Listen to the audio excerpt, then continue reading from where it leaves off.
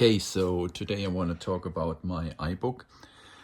I bought this iBook actually in 2003, so it's 22 years old, and I actually used it last time, I guess, in 2006, but for whatever reason I kept it. So a few things to say. The battery is no longer working. It looks as if it is charging, but it's not. But the cool thing here is you could actually, or you still can buy a new battery for this one.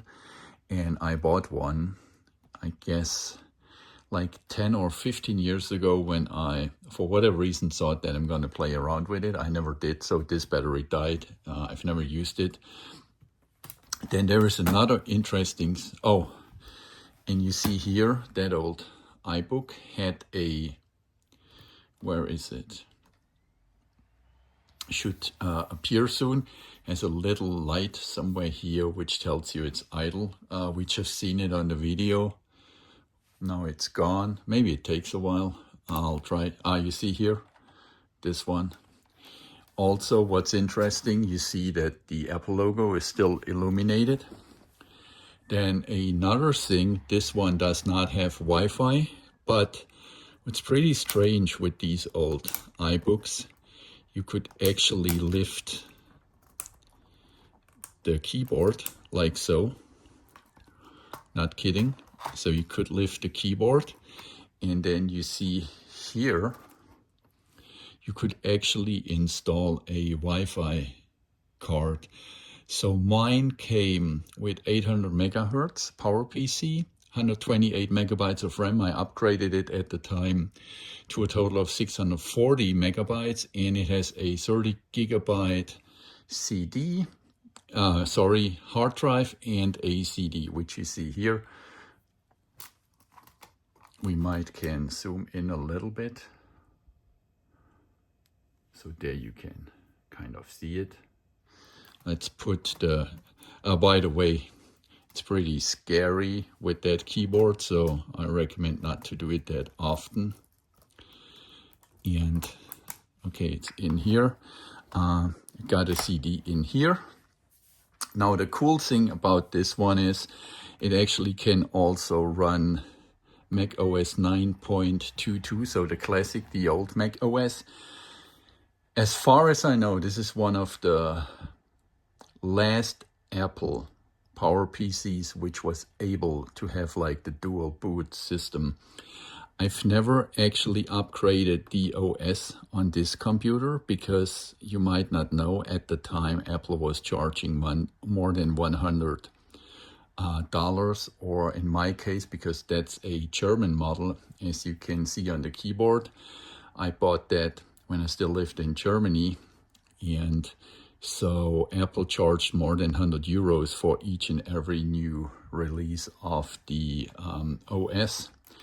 So I could switch it to English, but we actually don't have to do this. So you see we have 512 megabytes SD RAM in here, and then the original 128. As you can see, and then we have a PowerPC with 800 megahertz, and the OS system we have on this one is macOS 10.2.8. That is actually also the macOS, the original one. And now, as I said to you, this one, and then of course you see it got, by the way, funny thing, and I'm going to show you this now. So this computer still had a modem port, and so you could actually here have a telephone dial-up connection. Remember, it was 2003. Then you have an Ethernet. Then I guess this one was FireWire. I've never used it. You have two USB ports. I tested them yesterday, so I plugged in a external DVD drive that worked pretty much fine. I guess that's a micro VGA adapter, which I don't have. And then you of course have a headphone out. That's for the fan. and it has a resolution of 1028 by 768, but let's just check and reconfirm that. So we might see it when we go to devices and volumes. We don't see that here. I guess it's somewhere else in the settings. Let's go to system settings, and then monitor, and then we should actually see the resolution. So yeah, you see it's 1024 by 768, and it has a total of 16.7 million colors.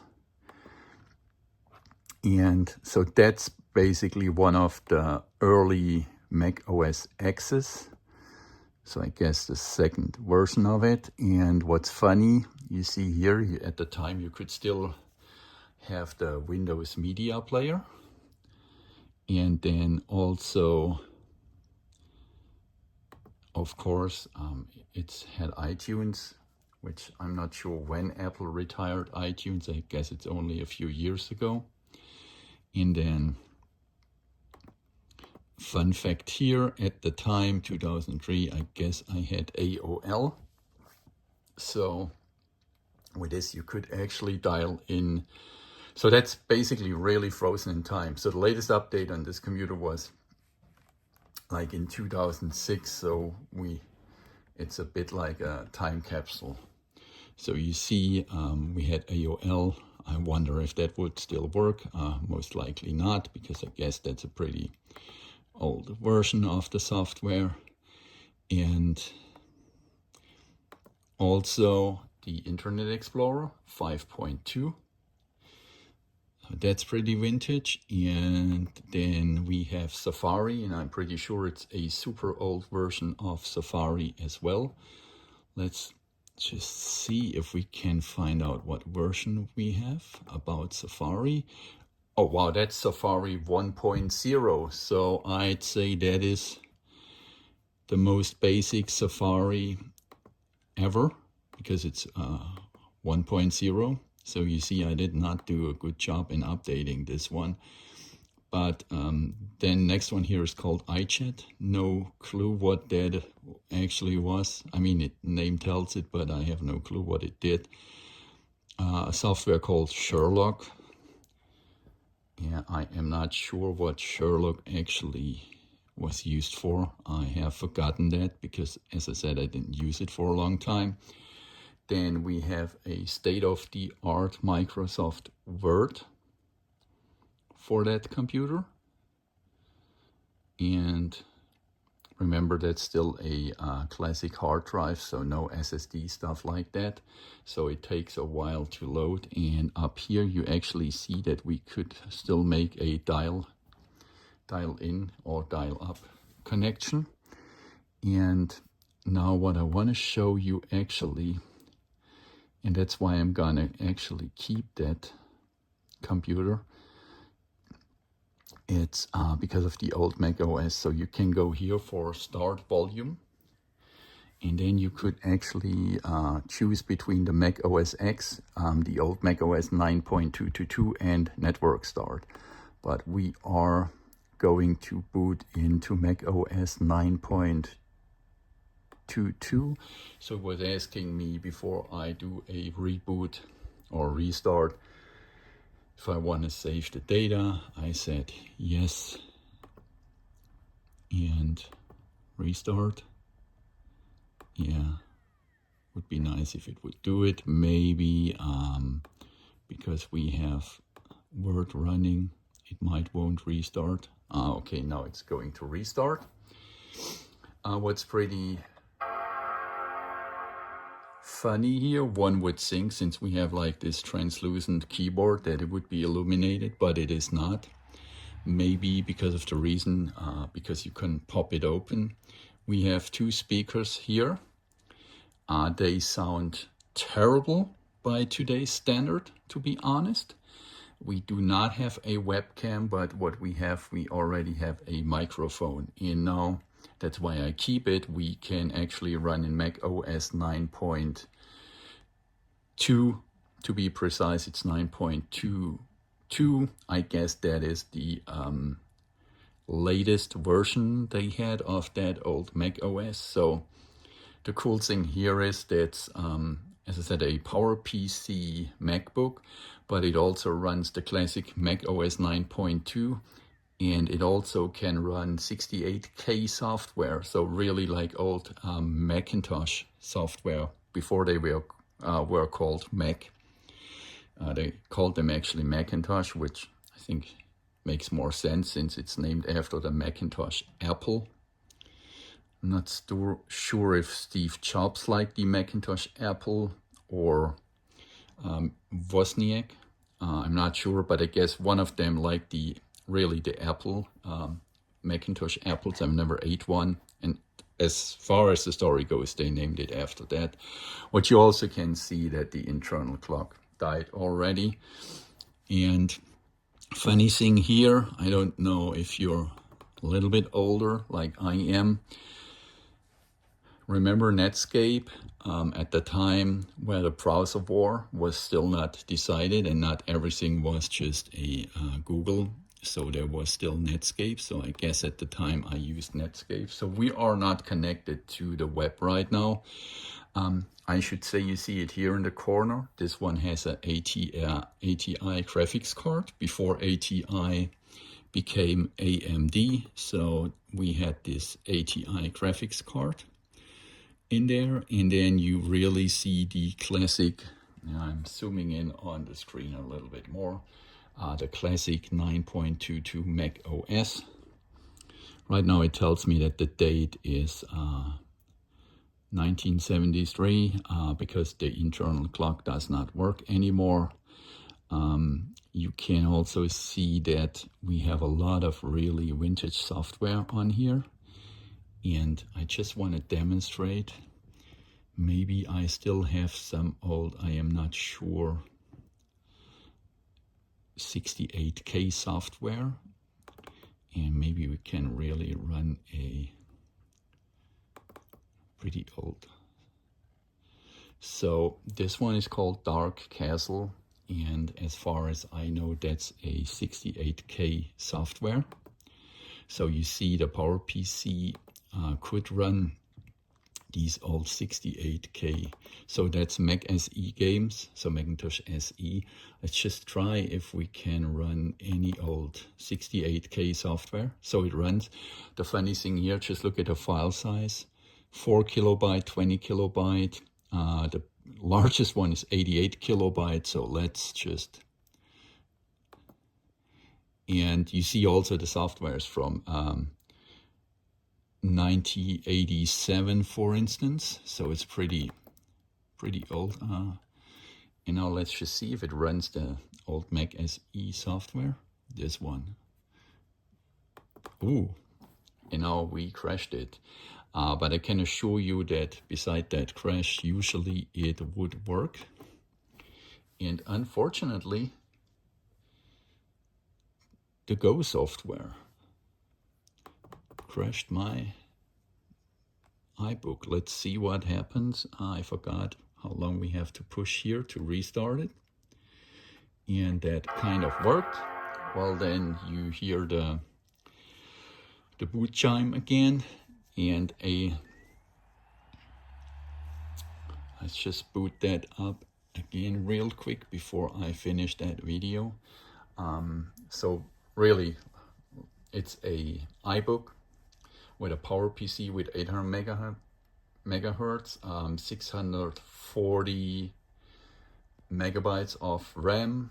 Came originally with just 128 megabytes. I know it's kind of a joke nowadays, but honestly, at the time, it was not much RAM at all, as well.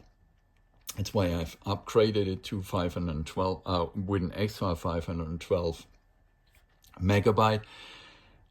Honestly, I cannot remember too much about it because that's, as I said, 22 years ago when I bought it. And a little fun fact, at the time in Germany, in the town I lived in, Stuttgart, there was not an Apple shop. So I had to buy it at a shop, I guess it was called Crevis Computers. and the Apple shops popped up later, at least in Stuttgart. I don't know when the first Apple shops were in Germany, but at the time you could just buy it from that crevice store. Remember, internet was a thing in 2003, but buying online a computer, I guess I would not have dared it at the time. So I pretty much drove to the dealership called Crevice, and as I said, there was not an Apple store. I'm not sure if that company is still around or not, since Apple has their own stores. Memory upgrade was kind of expensive. As I said, you couldn't get it online at the time, so you really had to buy it at the dealership. So we do not want to run the 68K software, at least not that one game which crashed our computer. Let's just see about that Mac. So that you see, it's Mac OS 9.2, and it says 640 megabyte of RAM, and then we still have right now, it uses just 49.9 megabyte right now, and we have a free memory of 595.4 megabyte. And so you see, I guess in 2001, that was the latest release date of the classic Mac OS, because it reads 1983 to 2001. That sounds okay to me, because I guess the first Macs were released in 83. So this is kind of a really nice time capsule, which, and I just found that, or let's put it this way, I just moved that 11 years ago when we moved to the States with me, and I actually never used it since that. But I want to dive in a little bit more into it, because not just of the old memories, but just because of the old Mac OS 9.22. At the time when I bought it, I was just keen on Mac OS 10, right? And I still use Apple's, and I have the latest Mac OS running, but now I'm actually more interested in the 9.22. At the time I didn't care about it, but now I think it's kind of fascinating that I have an old vintage computer with a CD-ROM drive where I actually can run all the old Mac OS software.